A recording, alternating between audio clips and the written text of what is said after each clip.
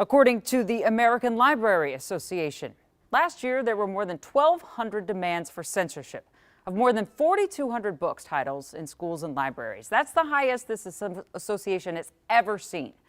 And the top 3 books explored themes of LGBTQ identity.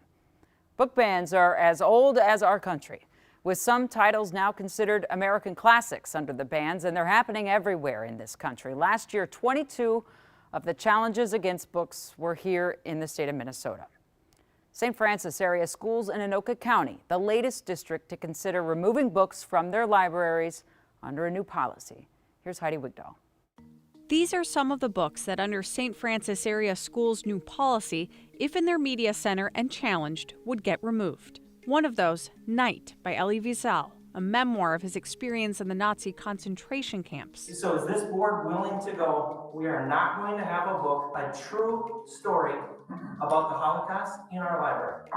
That's all I'm saying, is we are limiting ourselves. During a meeting back in November, the school board voted 4-3 in favor of using the group BookLooks and their ratings to determine which books get banned from the district's libraries. School board chair Mike Starr voted against it. Why use just the one? We discussed why BookLook should not be the only one, because BookLook is a very conservative company.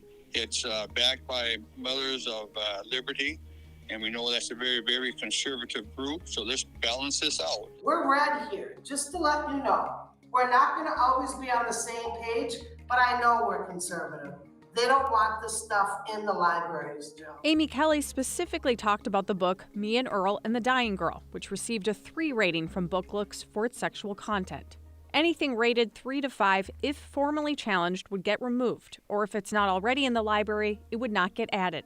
2 books have already been removed based on BookLooks, Me and Earl and the Dying Girl and Out of Darkness. We typically don't use the word book ban.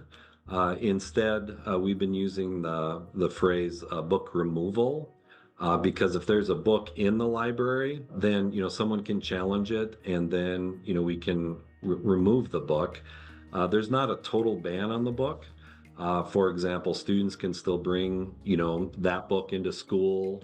They can be used during classes as part of curriculum. But Superintendent Karsten Anderson, who along with the school's attorney did not recommend using only BookLooks, says their committee will still be in place to review books not on BookLooks' list. We're definitely hearing multiple perspectives before the decision and after the decision. A new state law went into effect earlier this year prohibiting banning books in public and school libraries, quote, based solely on its viewpoint or the messages, ideas, or opinions it conveys. What's going to happen? What could happen? Could we be sued or not?